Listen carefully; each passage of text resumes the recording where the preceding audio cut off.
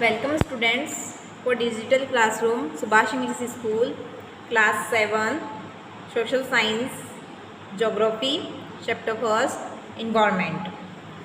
After the long vacation, when Ravi started going to school again, he noticed that the only playground next to his school was dug up. People said that a hook building with many flats will be constructed there.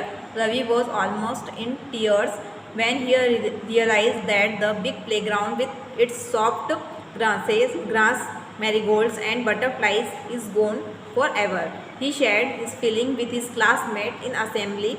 The principal to sadly observe, see how our environment is changing. इसमें एक Ravi imaginary boy है वो बहुत time बाद school जाता है long vacation के बाद में।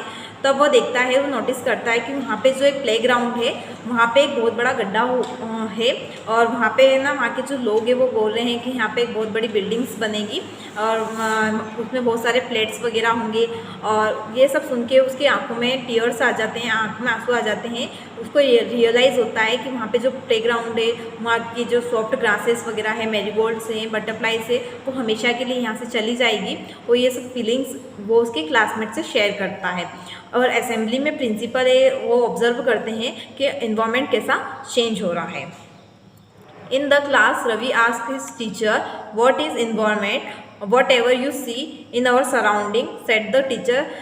क्लास में जाके टीचर से रवि पूछता है कि व्हाट इज़ एनवायरनमेंट क्या होता है। तो मैम जो टीचर रहती है वो बोलते हैं कि जो भी हमारे आसपास है वो एक एनवायरनमेंट है। Ravi thought aloud that means the school building, tables, chairs in the classroom, even that open field, the road, the garbage, my friends and all are the part of the our environment. तो रवि सोचता है, बोलता है कि जो buildings, school की building है, chair है, क्लासरूम है या ओपन फील्ड, खेत वगैरह है, रोड है, गार्बेज वगैरह है और मेरे फ्रेंड्स, ये सभी क्या इन्वायरमेंट का हिस्सा है। Yes, said the teacher, but wait, some objects are created by nature. For example, mountain, river, trees, animals. Other are made by the people. For example, roads, cars, clothes, books. Teacher बोलते हैं yes but wait, मतलब बोलते हैं कि कुछ ऐसे object है जो नेचर ने क्रिएट किए हैं, जैसे कि माउंटेन है, रिवर है, ट्री है, एनिमल है और अदर थिंग्स, और बहुत सी ऐसी चीज़ें जो पीपल ने क्रिएट की, जैसे रोड है, कार, क्लॉथ वगैरह, ये सब। Now work in the park, now work in the pair, make a list with your classmates sitting next to you of the creation of nature and by the human beings। आपको एक list वगैरह बनानी है कि आपके आसपास क्या है और नेचर से क्या क्या क्रिएट हुआ है।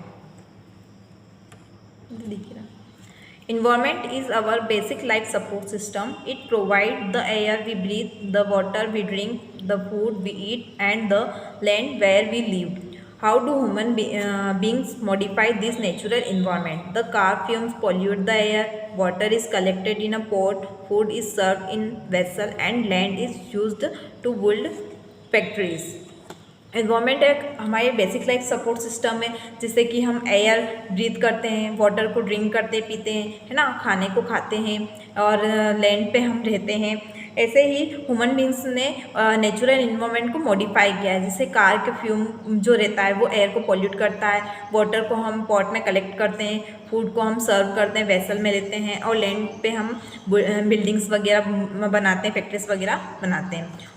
Human beings make car, mills, factories and manufacture containers. This is how human beings modify natural environment. Students, look here the component of environment. Two types के कंपोनेंट होते हैं, थ्री टाइप्स के, natural, human made and human. अब natural environment में के कौन कौन से कंपोनेंट होते हैं? एयर एटमॉस्फेयर में रहती है, वाटर हाइड्रोस्फीयर में, लैंड लिथोस्फीयर में और लिविंग जो थिंग्स रहती है वो बायोस्फीयर में रहती है। ऐसे ही ह्यूमन मेड इन्वायरमेंट कौन से होते हैं? Buildings, parks, bridge, road, industry and monuments, ये सब जो रहते हैं वो ह्यूमन ने बनाया है। उसके बाद है ह्यूमन एक इंडिविजुअल पर्सन भी हो सकता है, फैमिली, फुल फैमिली में भी हो सकता है, कम्युनिटी में हो सकता है, रिलीजन अलग अलग टाइप के होते हैं, एजुकेशनल हो सकता है, इकोनॉमिक एंड पॉलिटिकल सिचुएशन के through. From the above conservation, you understand that the place, people, things and nature that surrounded any living organism is called environment. हमारे जो आसपास का जो भी environment है, place है, people है, things है, ये सब एक natural एक environment में आते हैं. It is a combination of natural and human-made phenomena. ये एक natural और human-made phenomena का है. While the natural environment refers to both biotic और abiotic condition exist on earth. Natural environment दोनों टाइप में बिलोंग करता है, जैसे बायोटिक और अबायोटिक कंडीशन में. फर्स्ट है बायोटिक. बायोटिक का मीनिंग होता है द वर्ल्ड, मीनिंग लिविंग जो भी ऑर्गेनिज्म रहते हैं वो बायोटिक में आते हैं. एंड एबायोटिक होता है नॉन लिविंग का वर्ल्ड, जैसे लैंड है, एयर है, ये सब एबायोटिक में आते हैं. Natural environment. Land, water, air, plant and animals comprise the natural environment. You are familiar with the meaning of lithosphere, hydrosphere, atmosphere and biosphere from your previous classes. Let us learn some more facts about these domains. हमने land, water, air, plant और animal ये natural environment के ही अंदर आते हैं. तो और हम लिथोस्फीयर, हाइड्रोस्फीयर, एटमोस्फीयर को हमने प्रीवियस क्लास में स्टडी किया है. तो lithosphere is the solid crust or hard top layer of earth. It is made up of rocks and minerals and covered by a thin layer of soil. It is an irregular surface with various landforms such as mountains, plateaus, plains, valleys, etc. Landforms are found over the continent and also the ocean floors.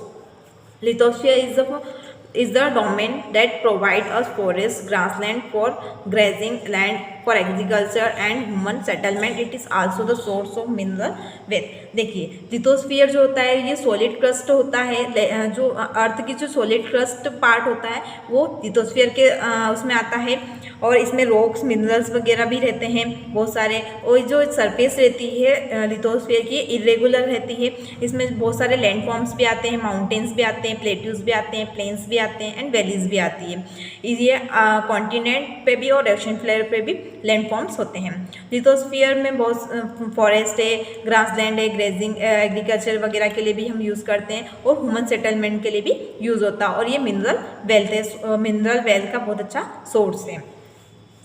Environment एक French word है. इन्वॉयर या इन्वॉयर से इसका meaning होता है neighbourhood.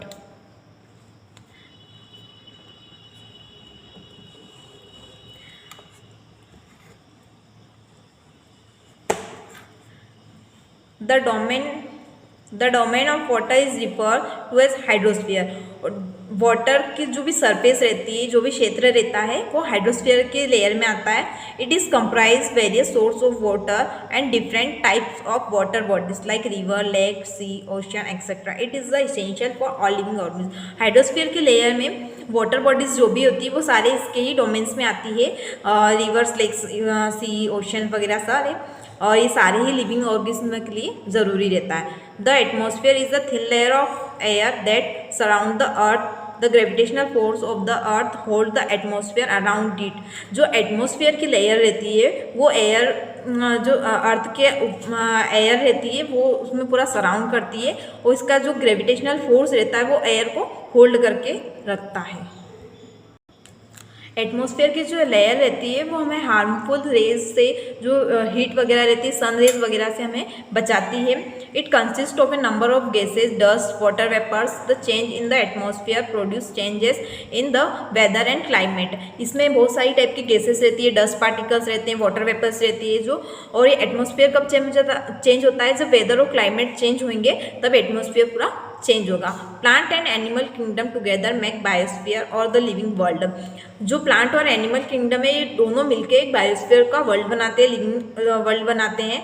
It is a narrow zone of the earth where land, water and air interact with each other and support life. ये एक narrow zone होता है अर्थ का जहाँ पे एयर, वाटर, लैंड तीनों जो लेयर रहती है वो आपस में कनेक्टेड रहती है और लाइफ को सपोर्ट करती है.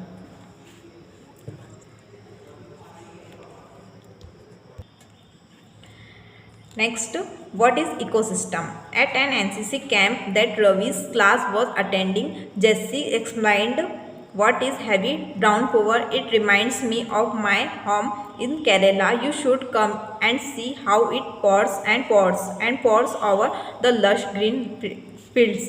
and coconut plantation. Hira from Jaisalmer explained, "We get no rains. We see only kicker and sand as far as the eyes can see, but you also find camels," said Ravi.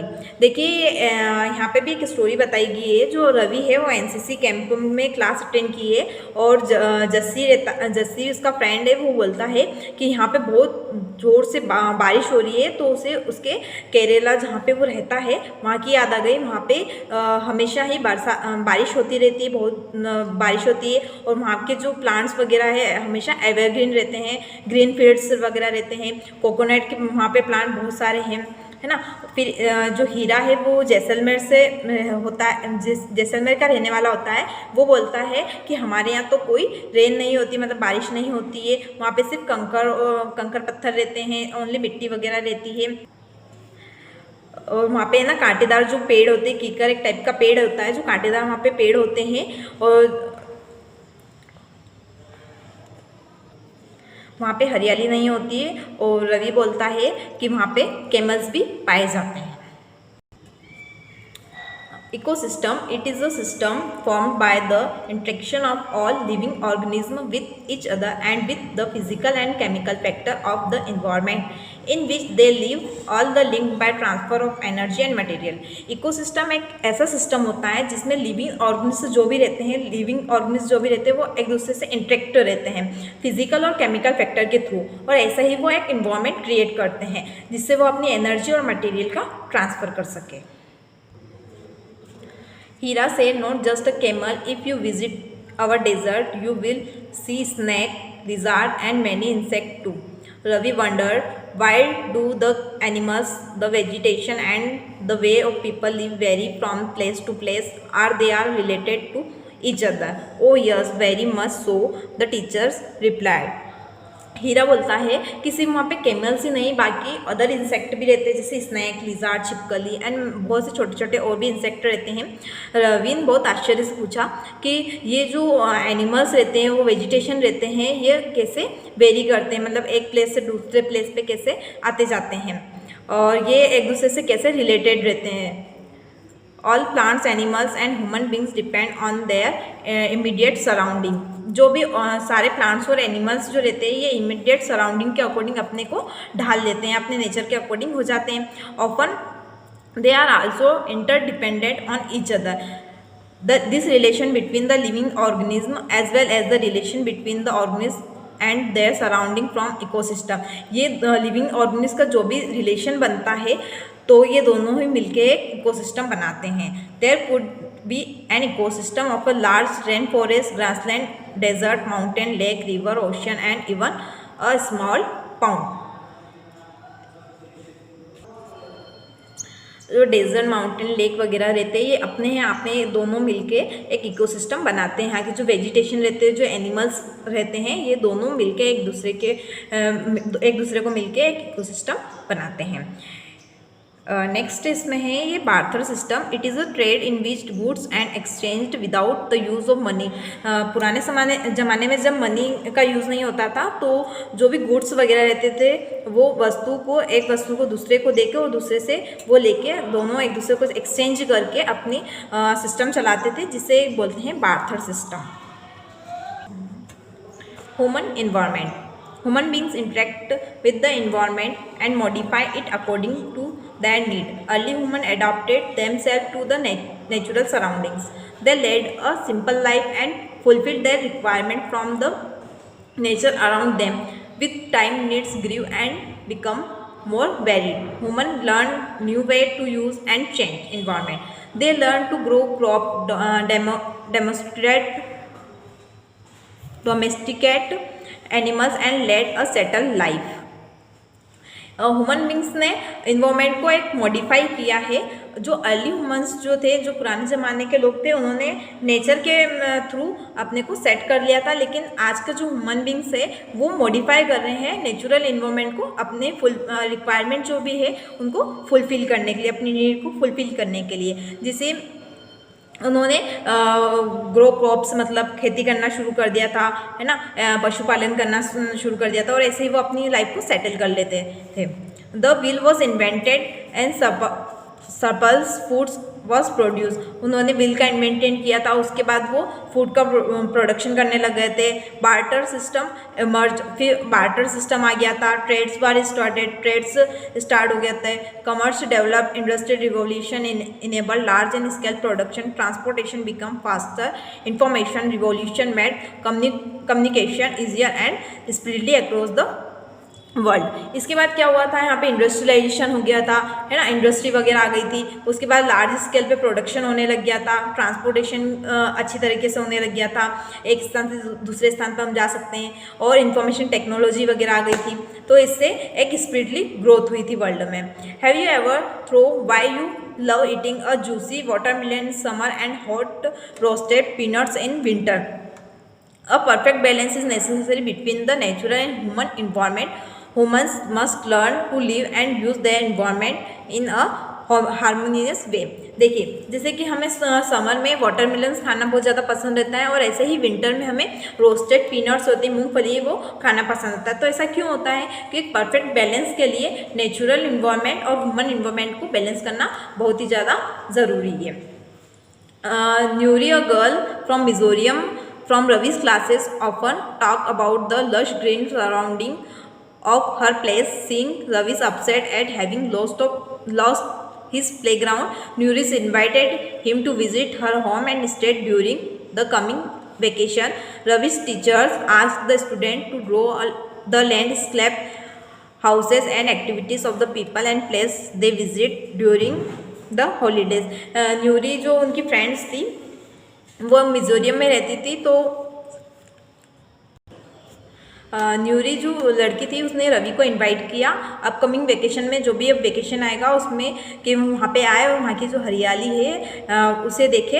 And teacher ने रवि को बोला कि वो जो एक landscape जो बनाए, जहाँ पे हाउस है बहुत सारे, और एक्टिविटीज़ जो पीपल्स कर रहे हैं वो सब वहाँ पे ड्रॉ करें। Thank you students, chapter is over. Question answer and exercise आपको नेक्स्ट वीडियो में अवेलेबल करवा देंगे।